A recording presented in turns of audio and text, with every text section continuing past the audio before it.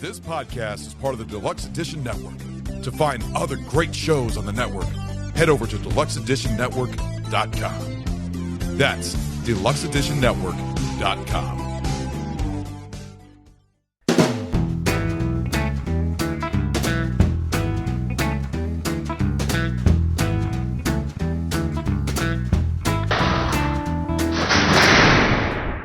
What is going on, and welcome to Take on the World Lockup. I'm Mike D. We're in the new year, and with the new year, I wanted to do something special for my first lockup episode of the year.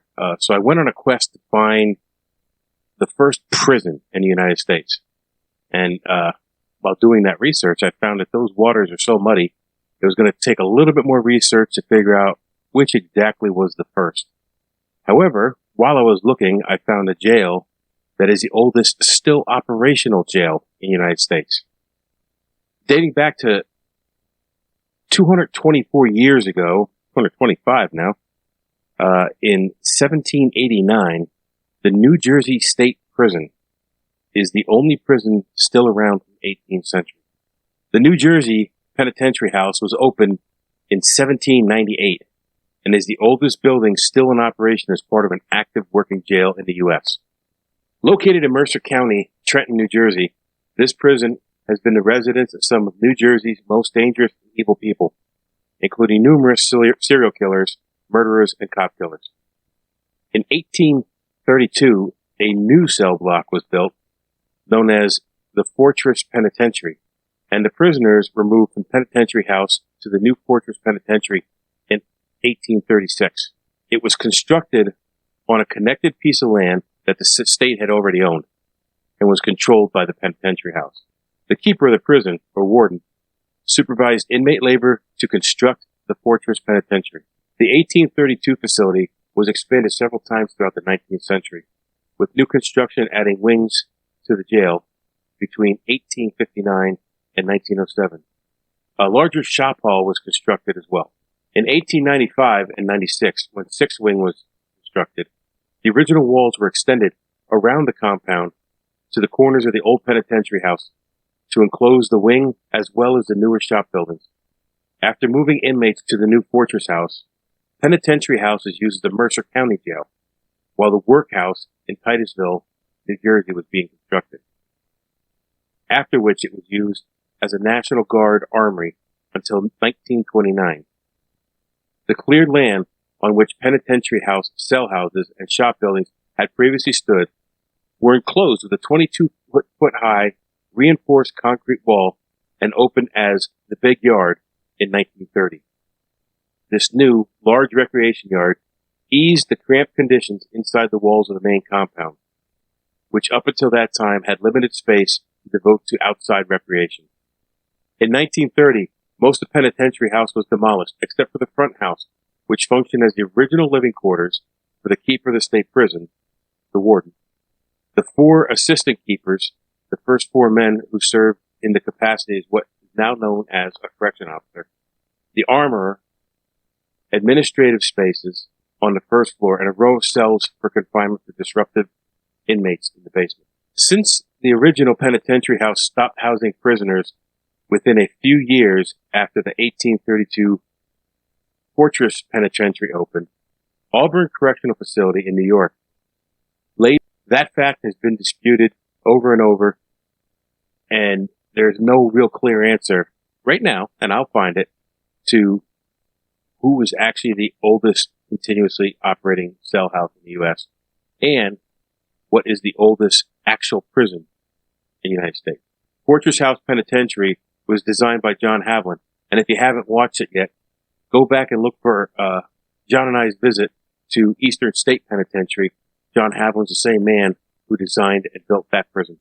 The reformist mindset, known as the Philadelphia system, that made the Eastern State Penitentiary the iconic prison that it is the same mindset for Fortress Penitentiary and can be seen on a marker outside the prison. Hic, labor, hoc opus. Labor, silence, penitence. The direct translation is this work, but the common translation is this is the hard work.